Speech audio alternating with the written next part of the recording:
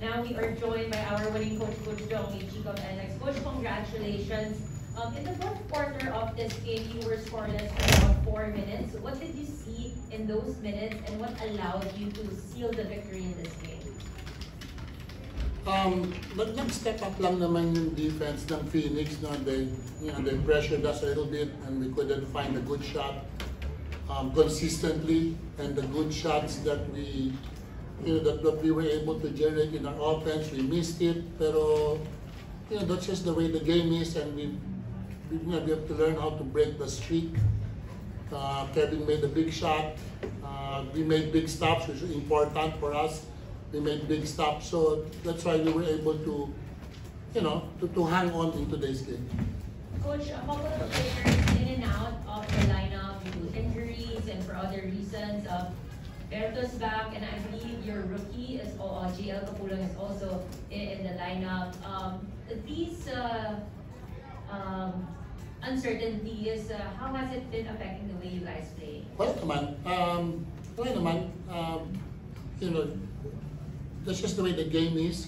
One is injured, one has to step up, and that's why you have 15 players in the team. So if one is injured, then someone should be able to, take advantage of that opportunity, that the playing time that he will get. It might not come anymore, kumbaga. So take the opportunity and take the best that you can.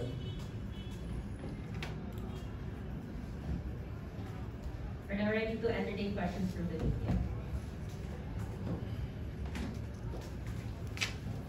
Coach, congratulations. Coach, ano naman sabi mo sa nilaro ni Kevin, considering last season was really adjusting siya coming off an injury? Yeah, hindi naman, I talked to Kevin naman before. Sabi ko naman sa kanya, your minutes are not as much as before, but as long as you get healthy day by day, then you will get your minutes back. Pero syempre, as long as he is playing well, alam naman ni Kevin yung role niya, then he will stay in the game like in today's game. Ganda yung laro ni Kevin ngayon. And I'm happy for Kevin that I think this might be your breakout game, diba? So I'm very happy for Kevin in today's game. Na yung laro niya ngayon, muntik pa kami matalo, medyo positive. Kevin, sabi mo before the season na there's no excuse for you not to be mas maganda yung lalawin mo this year than last year. Now, your third game, 26 points. Kano kalaking pakiramdam yun na yung goal mo kahit paano third game of the season na-achieve mo?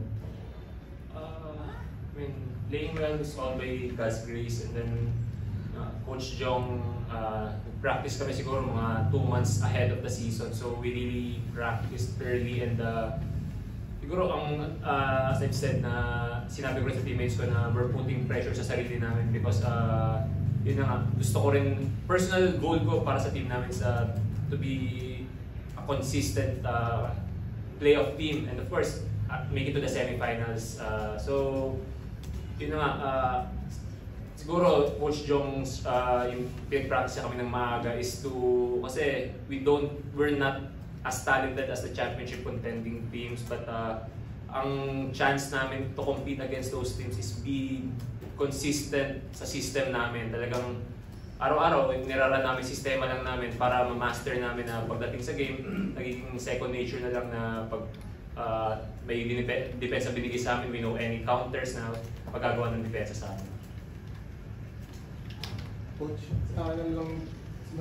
Coach mo sa laro ni Berto after yung mga nangyari na Siyempre, bayad naman yung nangyari kay Berto, no? His father passed away, so hindi naman ganun kadali na ma-recover, especially that he is playing. But give him 2 games. Ang hirap yung 2 games na wala ka eh. Iba yun eh. So nakita natin sa laro ngayon, wala pa siya sa, I would say, maybe game shape or game timing. But maganda yung mabuti nanalo kami ngayon, and then he was able to get back his timing. So next game, magiging mas ready siya. Coach, si Capulong lang nakikita mo sa kanya this conference? Hopefully that bata pa naman si Kapulong eh. So we are trying to ease him into the system, both offensively and defensively. Hindi naman siya maglalaro ng major minutes right away, but we will have to break him in slowly. He shows some potential as a big man. Siyempre, iba yung FPBA, at iba yung PBA. So we'll see how that will translate to PBA. That's it for our post-game press conference. Congratulations once again, gentlemen, and take care. Thank you.